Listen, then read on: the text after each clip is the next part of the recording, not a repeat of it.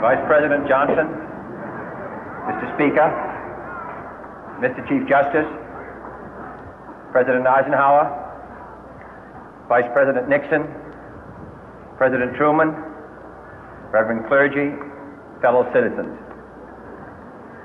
We observe today not a victory of party, but a celebration of freedom, symbolizing an end as well as a beginning, signifying renewal as well as change. For I have sworn before you and Almighty God the same solemn oath our forebears prescribed nearly a century and 3/4 ago.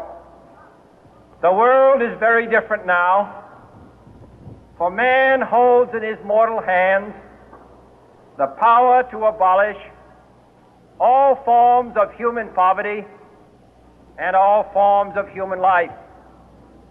And yet the same revolutionary beliefs for which our forebears fought are still at issue around the globe. The belief that the rights of man come not from the generosity of the state, but from the hand of God. We dare not forget today that we are the heirs of that first revolution. Let the word go forth from this time and place to friend and foe alike that the torch has been passed to a new generation of Americans born in this century, tempered by war, disciplined by a hard and bitter peace, proud of our ancient heritage, and unwilling to witness or permit the slow undoing of those human rights to which this nation has always been committed and to which we are committed today at home and around the world.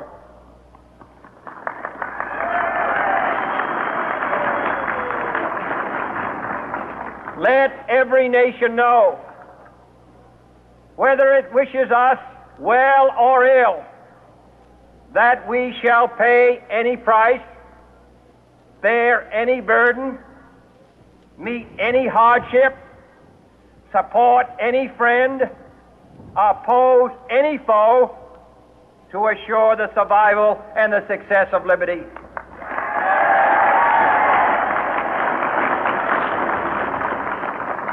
This much we pledge and more.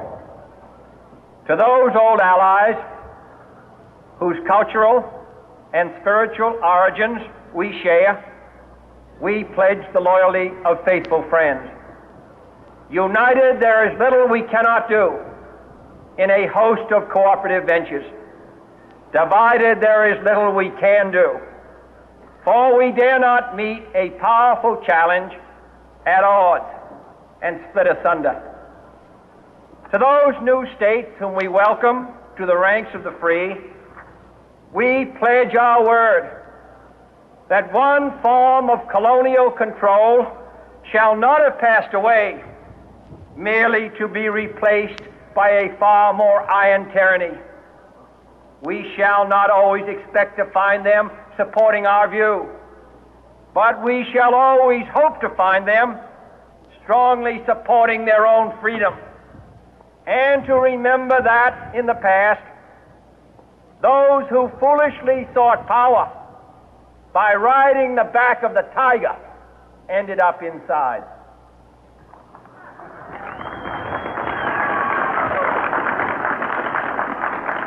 To those people in the huts and villages of half the globe struggling to break the bonds of mass misery, we pledge our best efforts to help them help themselves for whatever period is required, not because the communists may be doing it, not because we seek their votes, but because it is right.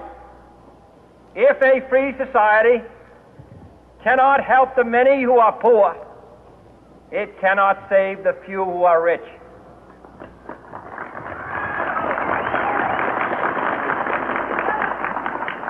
To our sister republics south of our border, we offer a special pledge to convert our good words into good deeds, in a new alliance for progress, to assist free men and free governments in casting off the chains of poverty.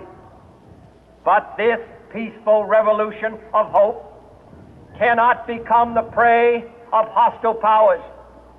Let all our neighbors know that we shall join with them to oppose aggression or subversion anywhere in the Americas. And let every other power know that this hemisphere intends to remain the master of its own house.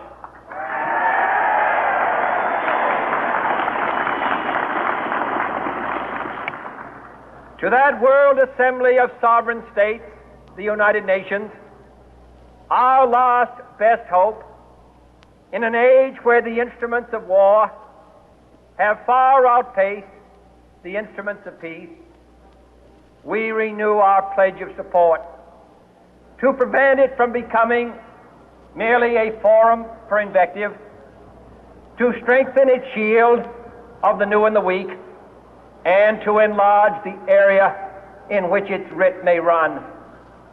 Finally, to those nations who would make themselves our adversary, we offer not a pledge, but a request that both sides begin anew the quest for peace. Before the dark powers of destruction, unleashed by science, engulf all humanity in planned or accidental self-destruction, we dare not tempt them with weakness, for only when our arms are sufficient beyond doubt can we be certain beyond doubt that they will never be employed.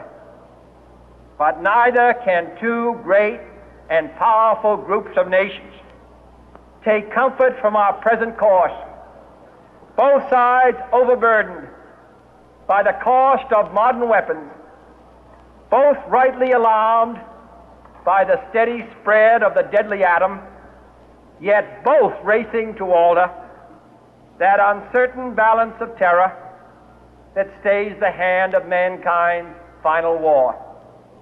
So let us begin anew, remembering on both sides that civility is not a sign of weakness, and sincerity is always subject to proof.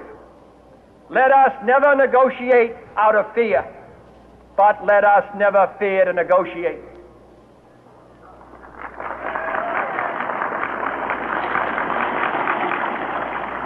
Let both sides explore what problems unite us, instead of belaboring those problems which divide us.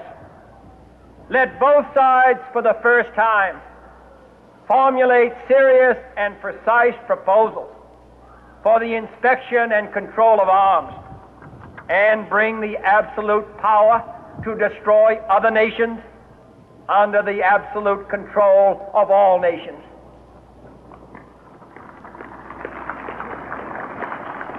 Let both sides seek to invoke the wonders of science instead of its terrors. Together, let us explore the stars, conquer the deserts, eradicate disease, tap the ocean depths, and encourage the arts and commerce. Let both sides unite to heed in all corners of the earth the command of Isaiah to undo the heavy burden and let the oppressed go free.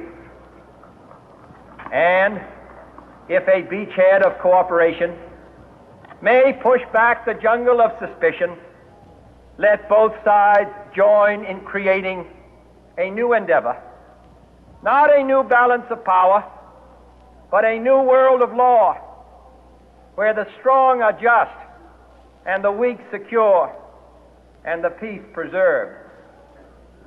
All this will not be finished in the first 100 days, nor will it be finished in the first 1,000 days, nor in the life of this administration.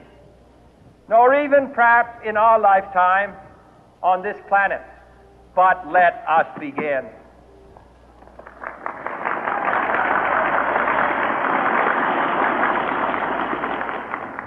In your hands, my fellow citizens, more than mine, will rest the final success or failure of our course. Since this country was founded, each generation of Americans has been summoned to give testimony to its national loyalty. The graves of young Americans who answered the call to service surround the globe. Now the trumpet summons us again, not as a call to bear arms, though arms we need, not as a call to battle, though in battle we are, but a call to bear the burden of a long twilight struggle, year in and year out, rejoicing in hope, patient in tribulation, a struggle against the common enemies of man, tyranny, poverty, disease, and war itself. Can we forge against these enemies a grand and global alliance, north and south, east and west, that can assure a more fruitful life for all mankind? Will you join in that historic effort?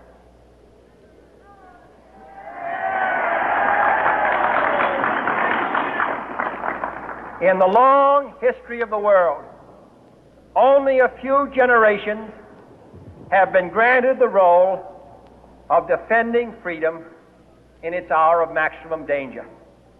I do not shrink from this responsibility. I welcome it.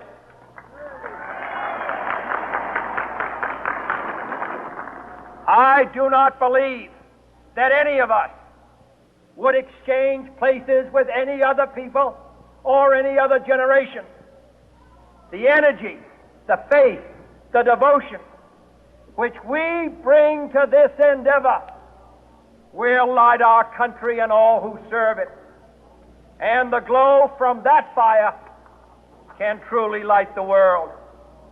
And so, my fellow Americans, ask not what your country can do for you, ask what you can do for your country.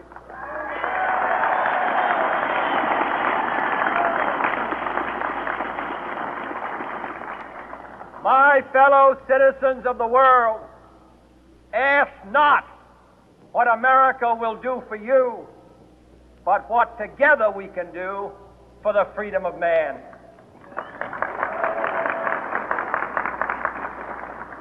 Finally, whether you are citizens of America or citizens of the world, ask of us here the same high standards of strength and sacrifice which we ask of you. With a good conscience, our only sure reward, with history the final judge of our deeds, let us go forth to lead the land we love, asking His blessing and His help, but knowing that here on earth God's work must truly be our own.